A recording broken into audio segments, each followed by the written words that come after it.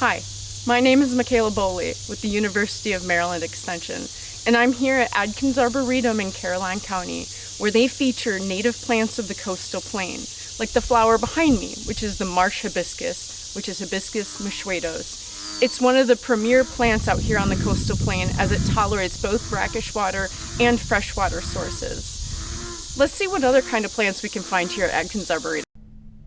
Joe Pieweed, it can reach 10 feet tall and it has these beautiful pink flowers. Narrowleaf mountain mint for the pollinators. Violet New York ironweed. Yes, even native grasses can have flowers, like this switchgrass. And nothing beats the orange color of these butterfly milkweed plants. Great blue lobelia with some black-eyed Susans in the background. Happy gardening!